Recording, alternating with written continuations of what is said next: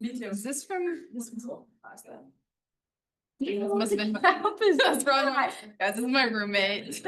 Okay, let's go ahead and get started. I don't know why. I guess I should find the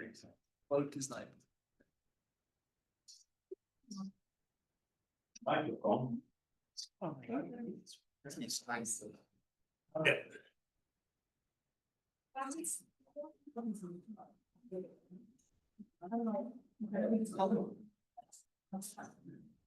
That doesn't even make sense. You turn formally. Okay, is that better? Yes.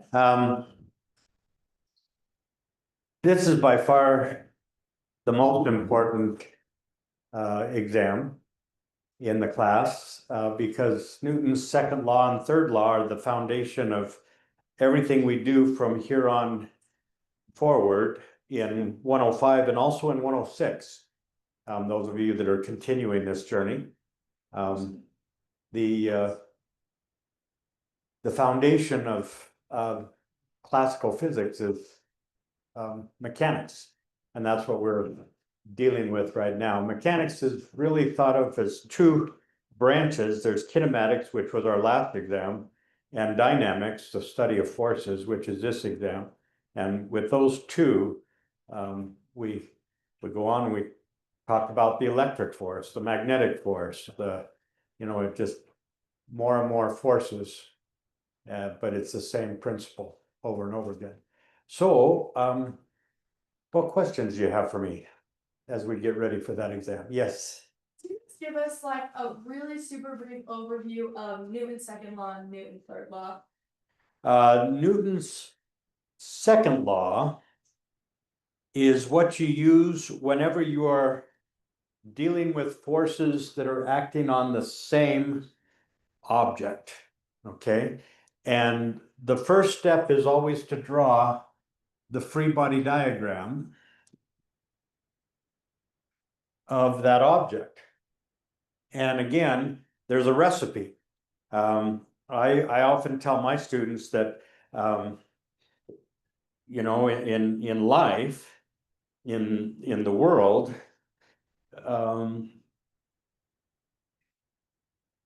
you can recover from anything. You can, repent, you can be forgiven, you can go forward.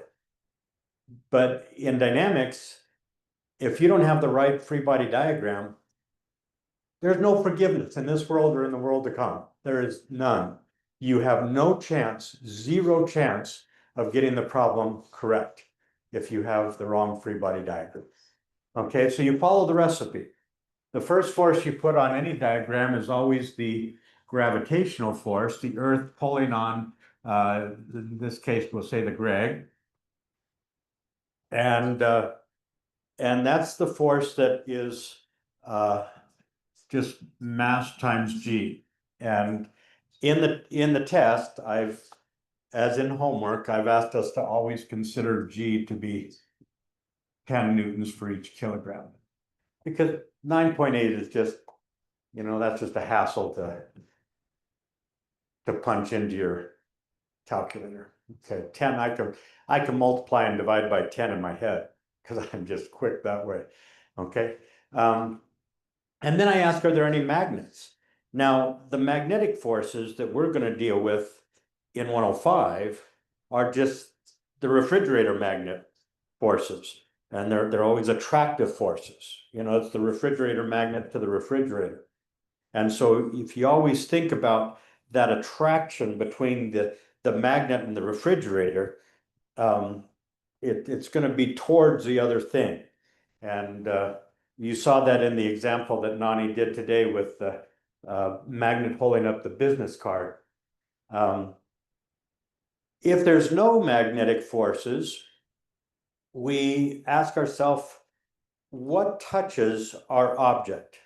And we make a list of the things that touch our object.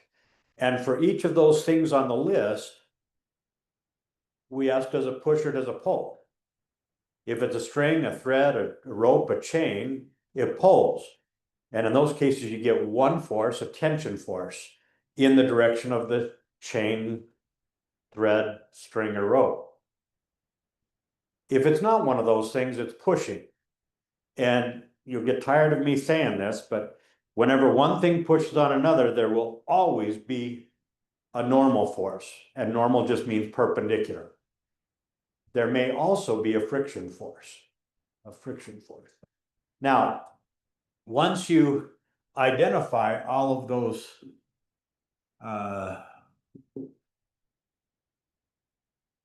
so this would be the free body diagram for the Greg if he's just standing here. Okay, the only thing touching me is the floor. It pushes. I asked, is there also a friction force? Not if I'm just standing here. Okay, but as soon as I start to walk, there has to be a friction force by the floor on the Greg. Okay. Now, once I have my free body diagram, I get to use Newton's second law twice. Once in the y direction, whatever you're calling the y direction, and once in the x direction, whatever you're calling the x direction. And this mass right here is the mass of whatever, if that's the Greg, then this is going to be the mass of the Greg. Okay, and it doesn't matter if two things are moving together, like we saw in that friction problem. If I'm drawing a free body diagram just of block B, then the mass that goes in here is just the mass of block B. Now, if they're moving together, you can treat them as one ugly block, treat them as a unit, and sometimes that simplifies the problem. It gets rid of all those internal forces. When you draw a free body diagram of Greg, you never draw the force by his liver on his spleen or his spleen on his liver, and I don't even know if those are close to each other. I'm not that kind of doctor, but that's the way it simplifies things, is you get rid of some forces that maybe you don't care about. Now, whenever you're using Newton's third law, you're comparing forces or identifying forces that are on different objects. If the floor is pushing up on the Greg, then I can draw a free body diagram of the floor and know that there's going to be a companion force. This would also be a normal force if this is a normal force, and this would be Greg pushing down on the floor. If this was the floor pushing up on the Greg. Okay. Likewise, this gravitational force here, if I were to draw a free body diagram for the Earth, and that's a very complex free body diagram, I would have a gravitational force of Greg pulling on the Earth with two tick marks there, two tick marks there. So for every force, every force, there's a companion force. If you're starting with a friction force, the companion force is going to be a friction force. Starting with a tension force, the companion is going to be a tension force. And then you just switch the indices. Greg on the Earth, Earth on the Greg. That's how you recognize the companion forces. Does that answer your question about second and third law? Okay. Yes. We go over question 4 on exam 1. Question 4 on exam 1. Okay.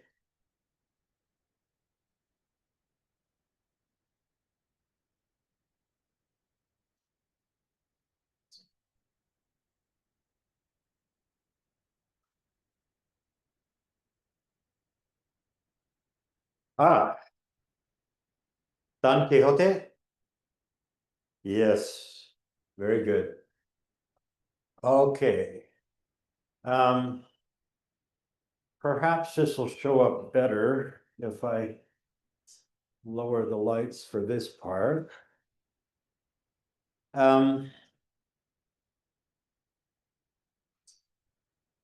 We are told that this windmill is rotating such that that magnetic bug has a velocity that is given as 6 meters per second.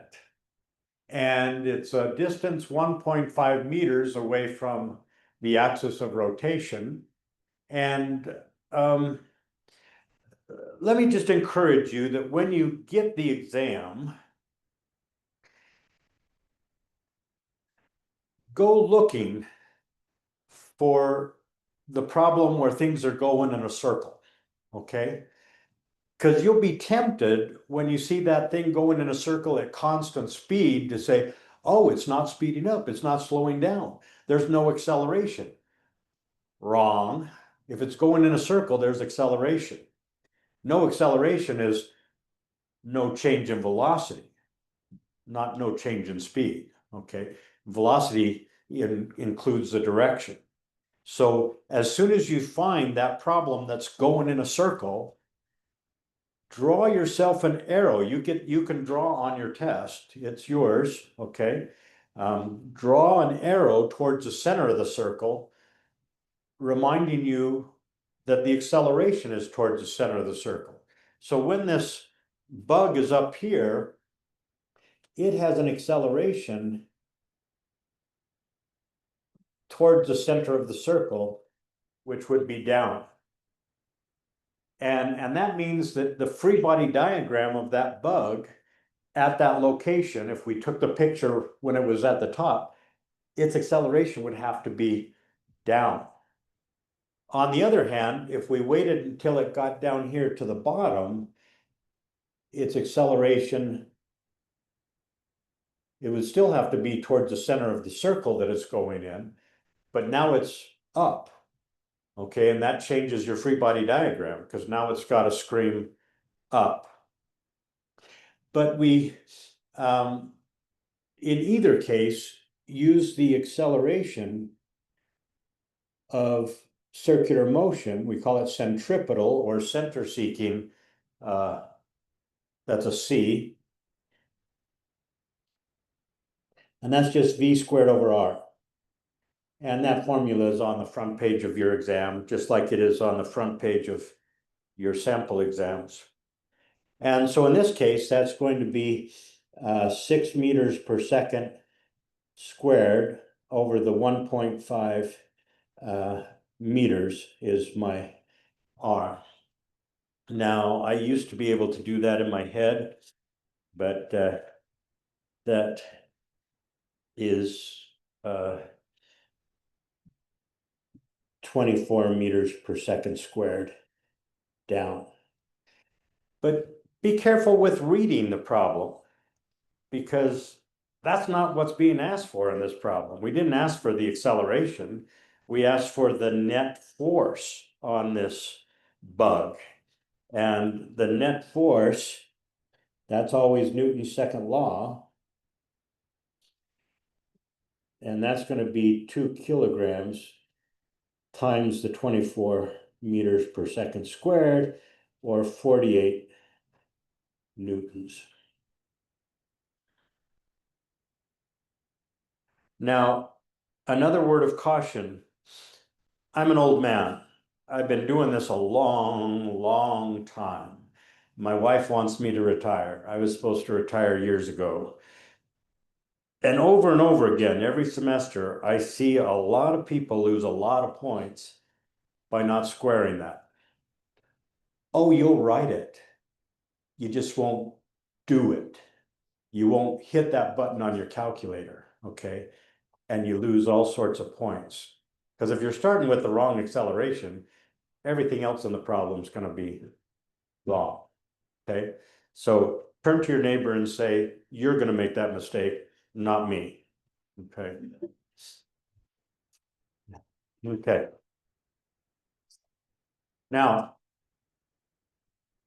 even when something's going in a circle, the same rules apply when drawing a free body diagram. And that is, the first thing you do is you put the weight force on. This be Earth on the bug. And that's just going to be the mass of the bug times G, or that's going to be 2 kilograms times 10 newtons for each kilogram, which would be 20 newtons. And then you ask, are there any magnets in this problem? Well, yeah. And because the bug is attracted to the blade, the force on the bug, remember that's what we're drawing the free body diagram for, is towards the blade. Okay. And so that's going to be this way here. It's going to be the blade pulling on the bug. Okay. Now, once I have those two non-contact forces labeled, now it's just make a list of everything that touches the bug. Well, there's only one thing touching the bug, and that's the blade. And it's not a string, it's not a chain, it's not a rope, it's not a thread. So it pushes. And whenever one thing pushes on another, there will always, always, always be a normal force.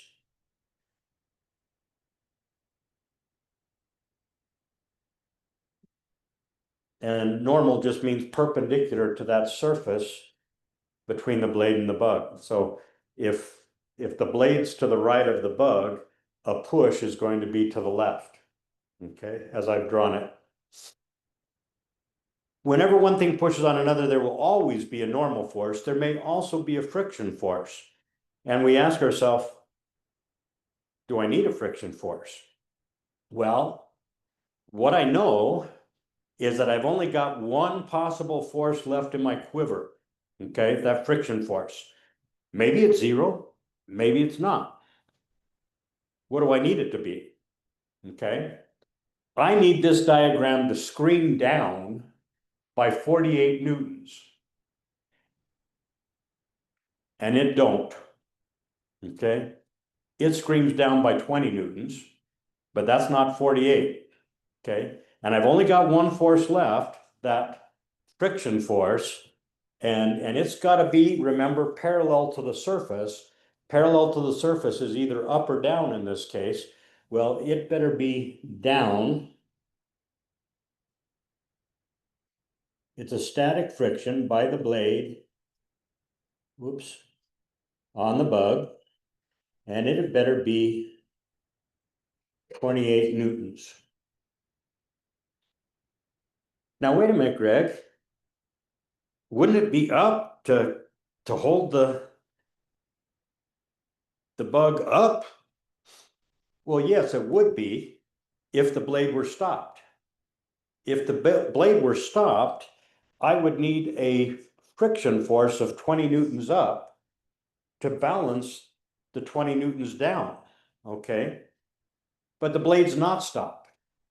The blade is trying to make that bug go in a circle, and it doesn't want to go in a circle.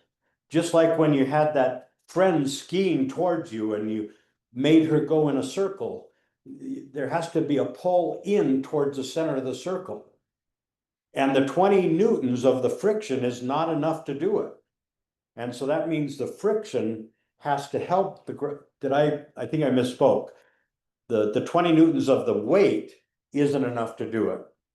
The friction has to help with another 28 newtons to make it go in that circle. It wants to go flying off in a straight line, and the friction's pulling it back into that circle. Okay, now we're asked to find the frictional force, magnitude and direction. We did 28 newtons down. Now, when we get the bug down here, the weight is still 20 newtons down. That only changes through diet or exercise.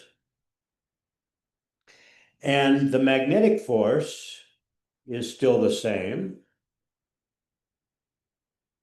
And we're told that that magnetic force is 24 newtons. And the normal force would still be the same. But now, again, I've got one force left in my quiver, that friction force. And now my diagram has to scream 48 newtons up. Okay, and so now my friction force, static friction by the blade on the bug, it has to be 68 newtons. When the bug was at the top of the circle, the gravitational force was helping the friction keep it in the circle. But when it's down here, the gravitational force is trying to take it out of the circle. And so the friction has to essentially compensate for that. It has to be bigger to overcome that friction and still keep it in the circle. So it changes from 28 newtons at the top to 68 newtons at the bottom. Okay. Now, a similar but slightly different situation is when you're on the Ferris wheel at the fair. And at the top, you feel very little force between your seat and the chair, okay? And then at the bottom, you feel like you're being pushed into the chair, because at the top, gravity's doing most of the work to keep you in the circle, but at the bottom, the chair has to fight gravity to keep you in that circle. How did you get that the magnetic force is 24 newtons? Is it just a or My magnetic force is given in the problem as 24 newtons. Okay.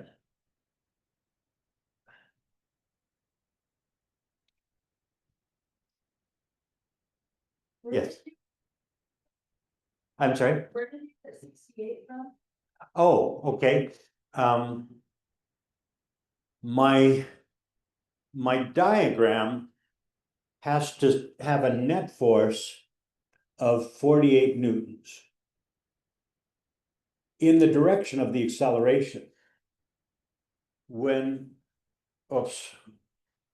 So when it was up here, my diagram had to scream down by 48 and 20 down from the gravity and 28 down from the friction gives me my 48 down.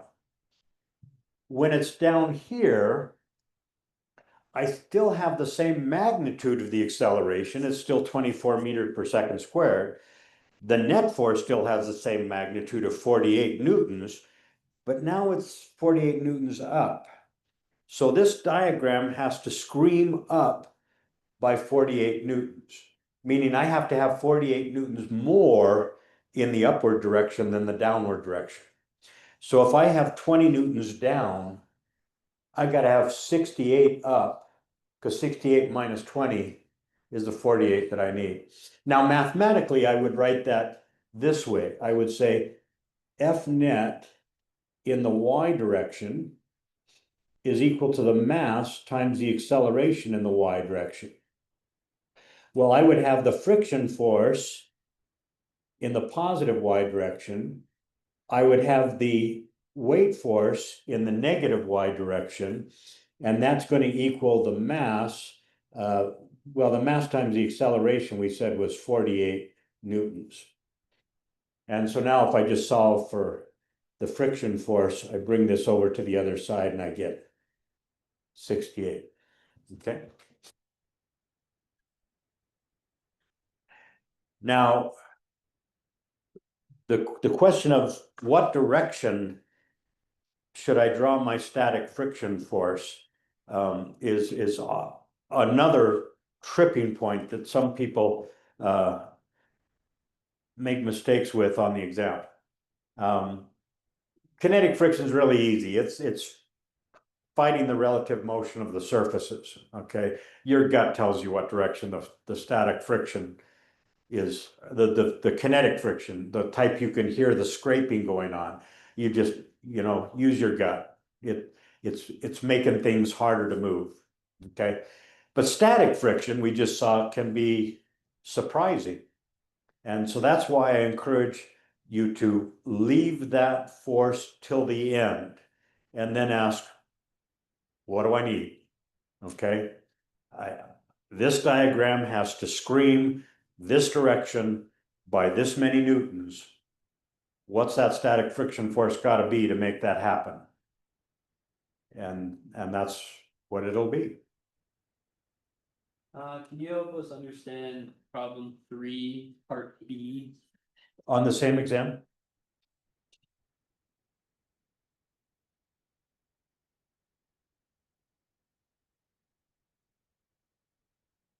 Oh, a connoisseur. Yeah. More people had trouble with this problem than any other. Very good taste in problems, sir. Okay. And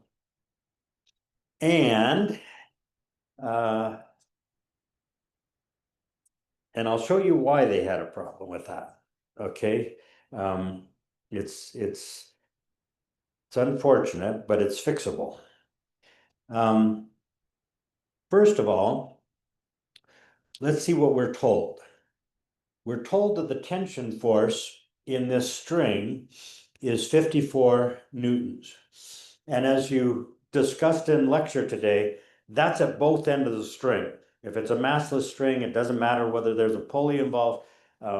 It's got to be the same tension at both ends of the string. Okay. We're also told that the mass of block A is 3 kilograms. So if I draw a free body diagram for A, I have a weight force that's 3 kilograms times 10 newtons for each kilogram. That's going to be 30 newtons. Okay. And the only other force on A is the tension, which we're told in the problem is 54 newtons. And that means by F net equals MA, well, F net, I've got 54 newtons up. I have 30 newtons down, so that's negative. And that's going to be the mass of A times the acceleration of A. Well, that's going to give me an acceleration of 8 meters per second squared up. Well, swell, Greg. That's the acceleration of A. We wanted the acceleration of B.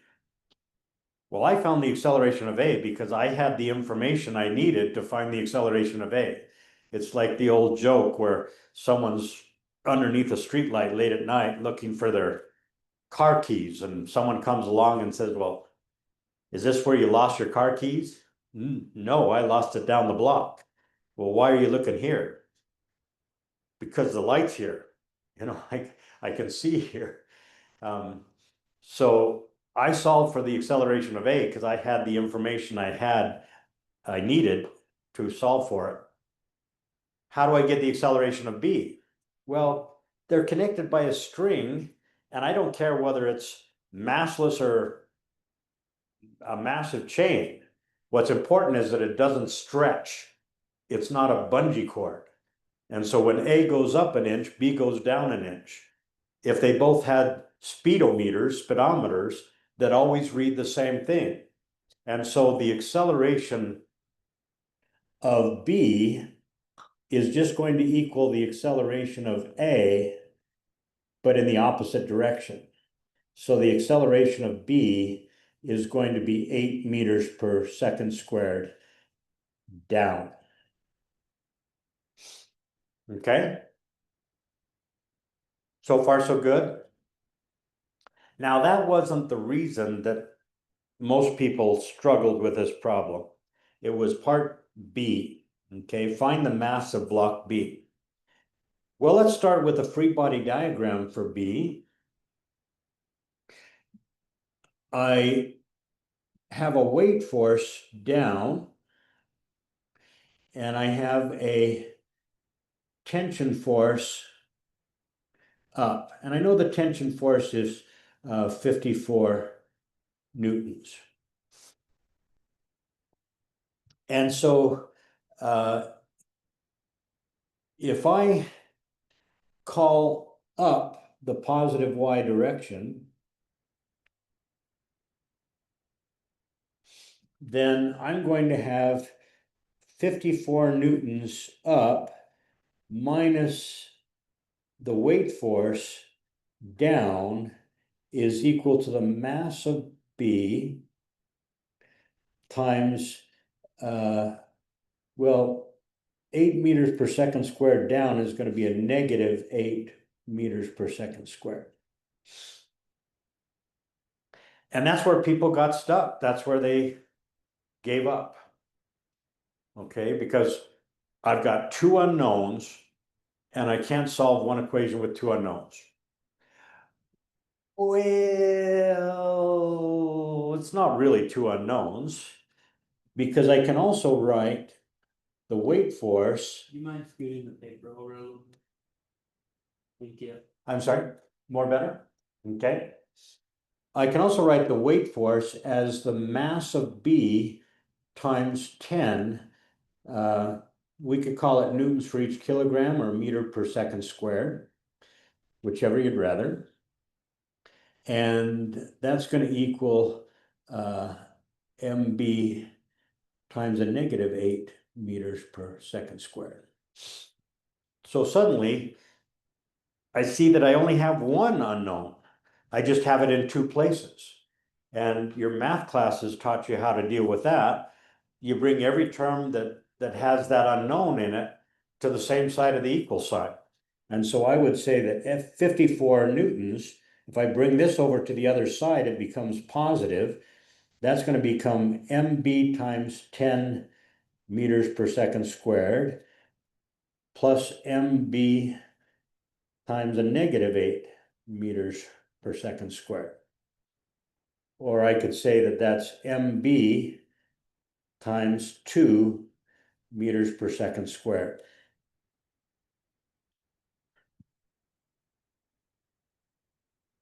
Does that seem reasonable?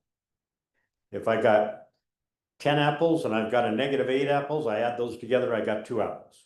Okay? And so if I divide both sides by 2, I get a mass of B equal to 27 kilograms.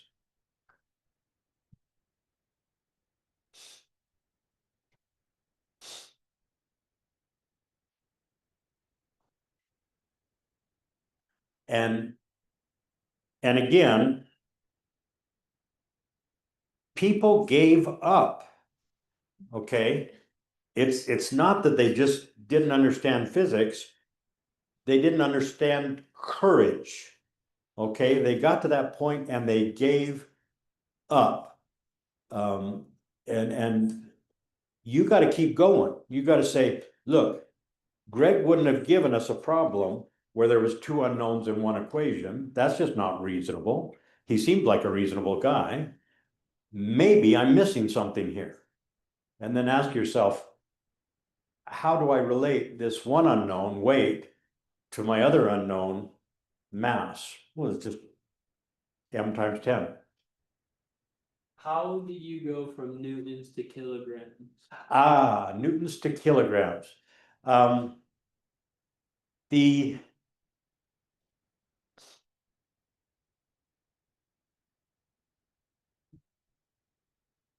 The definition of a Newton, remember from F net equals MA, here I've got a Newton, here I have a kilogram, and here I have a meter per second squared.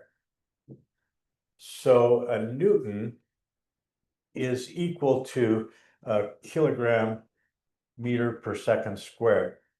And that means that a kilogram is equal to a Newton divided by a meter per second squared. And so when I divided this Newton by that meter per second squared, I got kilograms. Now,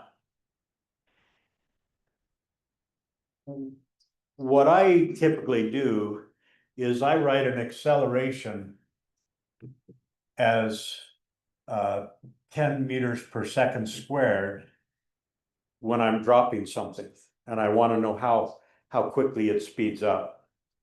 But I can also write that as newtons per kilogram when I want to figure out how hard the earth is,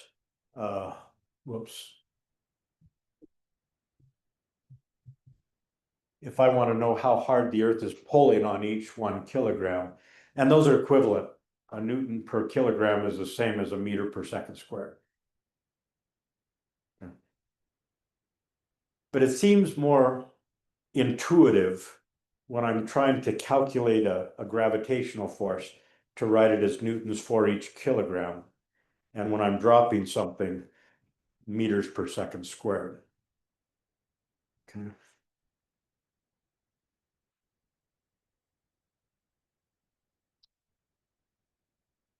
Okay.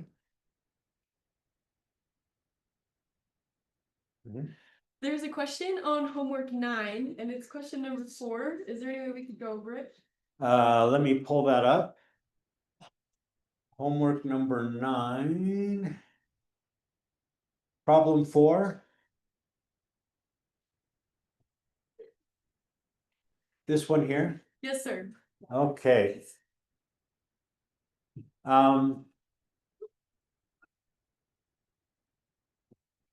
Would it hurt your feelings if I changed that angle to 53 degrees? Not at That, okay, that just makes my soul happy.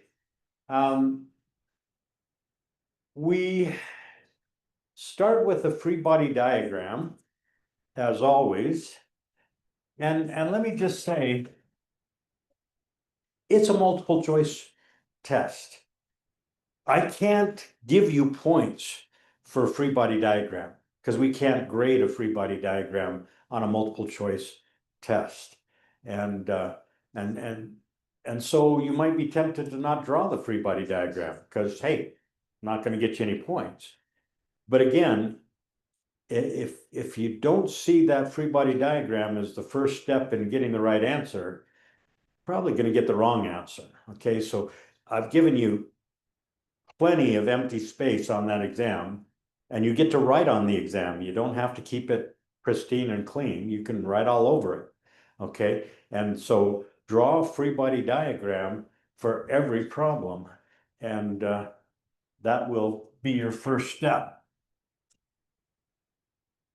And when you draw the free body diagram, be sure, even though it seems silly, be sure to follow the recipe. Okay, you put the weight force down. I'm going to put that over here. Earth on the block. And that's going to be equal to the mass of the block times G. And then you ask, are there any magnets in the problem? Not this problem. So what touches the block? Well, the incline. And whenever one thing pushes on another, there's definitely going to be a normal force by the incline. Let's call it a ramp, shall we? Ramp on the block. And there may also be a friction force. And the fact that they gave us a kinetic friction coefficient, mu sub k, means there's definitely going to be a friction force. And that's going to be equal to mu sub k times the normal force. Now, whenever you have a ramp problem, you want to tip your coordinate system so that it lines up with the ramp or hill. And that means that all of your forces are going to be lined up with your coordinate system except for one, and it's always the same one. It's always the gravitational force. And so you're gonna have to break up that gravitational force into the X and Y parts. Now, again, I'm an old man, and I have seen a lot of different ways to break up that weight force. But I've only seen one way that I like to call the right way, okay? And you need to be sure that you're doing it the right way. And the right way is to look in the direction of the normal force and go the other way. But some people go all the way down here and go back over like that. Sick and wrong, okay? You just want to go far enough that you can take a 90-degree turn and get to the end of your weight vector. And then this will be the Y part of the weight, and this will be the X part of the weight. Now, if you do it that correct way, this angle here is always going to be the same as the angle of the hill or ramp or incline, okay? Now,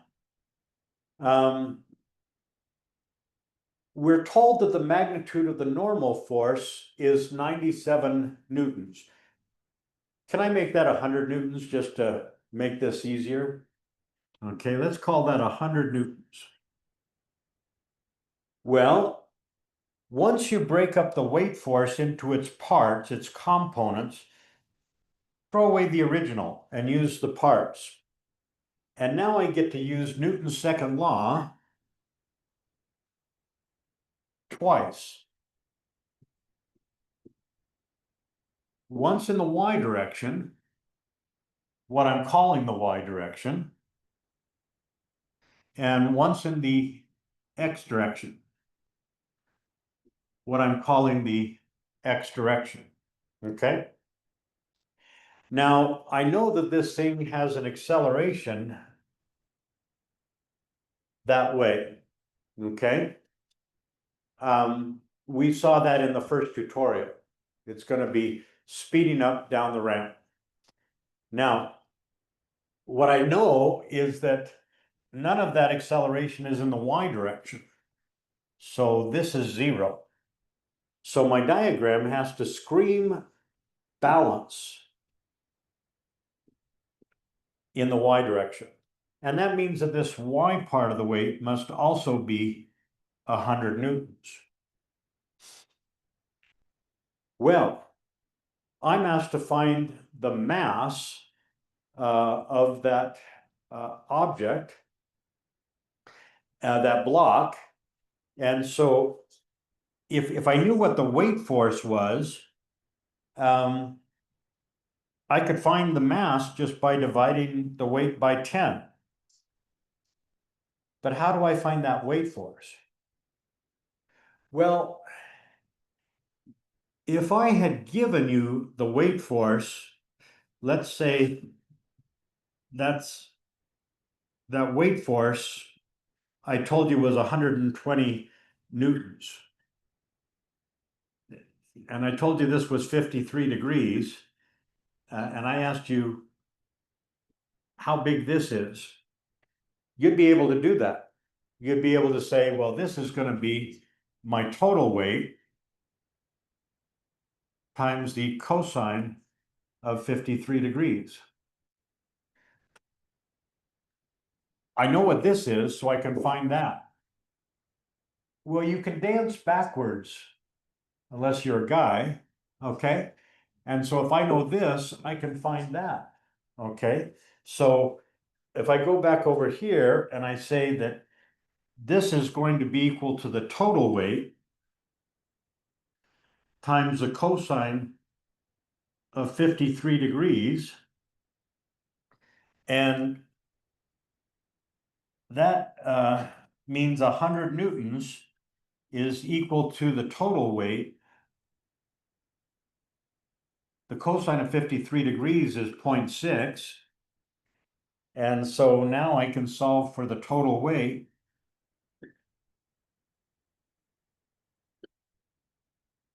And And then from that, I can find the mass easy enough. Okay,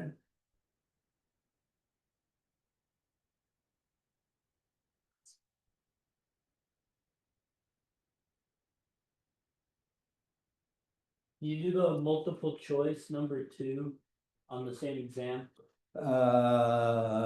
probably. but she has a question first about this problem. Okay, so was that was to find what you just did? The weight total, was that to find the weight of X or the weight of Y? I'm a little confused. Oh. It's the total weight that's equal to the mass times G. Okay, And so I wanted the total weight. But I knew from this equation here that that the Y part was equal to that. So I guess I haven't finished this problem yet, have I? I just found the mass, yeah, right? Well, let's finish the problem. Let's use Newton's second law in the X direction. I know that if the normal force is 100 newtons, the friction force is going to be mu sub k is a 0.5, and the normal force we said was 100 newtons. That's going to make this 50 newtons. Now, if I write F net equals ma, and I'm using this coordinate system here, then the friction force is going to be in the positive X direction. So that's going to be 50 newtons in the positive direction. And that's going to be the X part of the weight in what I'm calling the negative X direction. And that's going to equal to the mass of the block times the acceleration. Well, once I have the mass of the block, well, let's just do it. I didn't bring my calculator. What's 100 divided by 0.6? Someone's got to have a calculator here. 166. What's that? 166. 166? Okay. And so that means that the mass is going to be 16.6 kilograms. Everyone see how I got that? Just divided by 10. Okay. Now, this X component is going to be 166 newtons times the sine of 53 degrees, which is 0.8. And what's that? 166 times 0.8. 132. 132, okay? So that's going to be 132. And this is going to be 16.6. When I solve this, I'm going to get a negative acceleration. Am I not?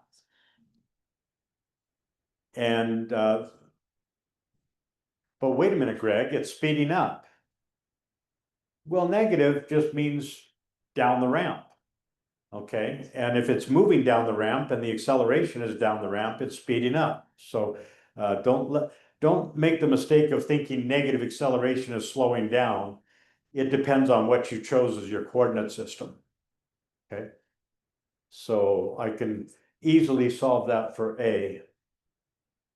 Now in the problem on the exam, I would ask you for the magnitude of the acceleration, and that's always a positive number. Okay, always, always, always a positive number. And, you know, after a while, I just get tired of fighting certain battles. You know, I just roll over and give up. And at some point, I'm going to realize that it's time to just, you know, retire. But on these multiple choice questions, when I ask for the magnitude, I used to put positive and negative possible answers. And then I'd watch people choose the negative answers for a magnitude and I'd just weep. And so finally, I just, like I said, gave up, and now I don't put any negative answers for that. So you can't make that mistake, not because you don't want to make that mistake, it's just that I've taken away your free agency. Okay, I've got rid of all the distractions. Okay. Does that answer that question there?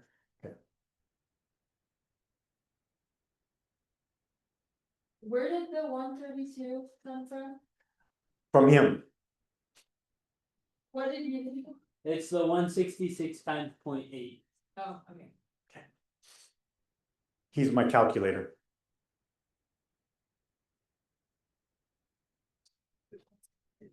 Could you run through the second multiple choice question on the practice exam? Oh, yeah, that's where we were headed when we got sidetracked. Terry and Chris pull hand over hand on opposite ends of a massless rope while standing on a frictionless frozen pond. Okay, so the key here is drawing free body diagrams and keeping track of who's who. Francis, we can't see it. Would you mind switching the screen? Oh, Thank you. that'll make things better. Thank you. So let's put Terry over here and Chris over here. And we're told that Terry has a mass of 50 kilograms and Chris has a mass of 75 kilograms. So the weight force on Chris is going to be 750. The weight force on Terry is just going to be 500 newtons. I then ask, are there any magnets? No. So what touches the Terry and the Chris? Well, the ice pushes with a normal force.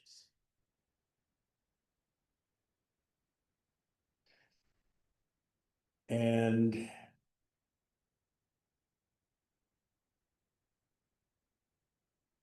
then they're pushing on each other.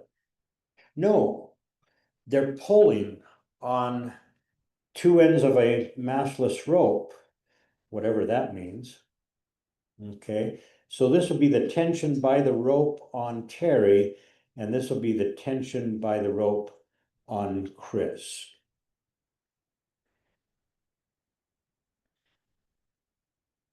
Now, we know by the law of massless strings or massless ropes that that those two forces have to be exactly the same. And those forces are equal to the net force on the gentleman. Okay.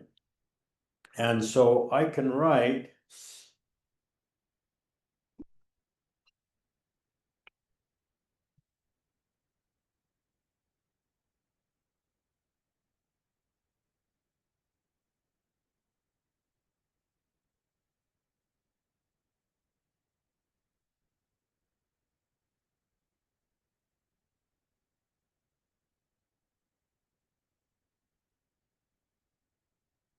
in principle, for each of those free body diagrams, I can use Newton's second law twice, once in the y direction, once in the x direction.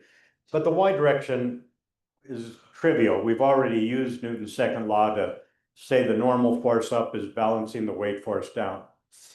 If I look at Terry, I know that the tension force by the rope on Terry is equal to the mass of Terry times the acceleration of Terry. And that's what I don't know. For Chris, I know that the tension by the rope on Chris is equal to the mass of Chris times the acceleration of Chris. And that's 225 newtons. Okay. Now, I also know that these are equal by the law of massless strings, so I don't need the indices here. So I can come back over here and put 225 newtons is equal to 50 kilograms. The acceleration of Terry. And if I solve that,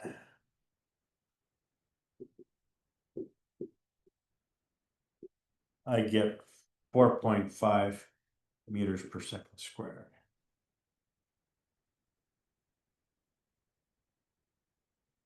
Now, the other thing we can do is we can just eliminate the unreasonable. I know that the acceleration is going to be bigger for the smaller person. Okay, they've got the same pull on them. If Chris is more massive, he's going to have a smaller acceleration. And so Terry's got to have something bigger than 3, and 10 seems a whole lot like you fell off a building. That seems like gravity. So there's really only one answer up there that makes any sense, and that's 4.5. But you can do the math and prove it. Probably a good thing when you're taking an exam that you want a good grade on. Now, I expect more perfect scores on this exam than any other exam this semester, just because once you see that every dynamics problem is the same dynamics problem, draw a free body diagram, Newton's second law in the y direction, Newton's second law in the x direction, bada bing, bada boom. Once you get to that point, there's nothing we can throw at you that doesn't just make you giggle.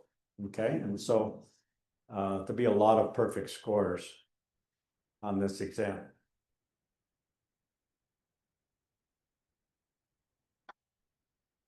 Okay, we've run out of our hour. The test is open through Tuesday. And I think Tuesday, the testing center is open later in the evening, but Monday, not so much. Okay, yes. How long is it supposed to take? The average length of time in previous semesters has been 2 hours. I wrote the exam such that you should be able to do it in 1 hour, but I wouldn't just run in there an hour before they close and not give yourself time. That second hour, you'll be going through and checking your answers. Okay. Like I said, there's plenty of space on the exam to do your calculations, draw your free body diagrams. So should be good. I don't think you'll need you'll definitely need a calculator. I don't think you'll need a ruler for this one. Yeah. Okay, good luck, people.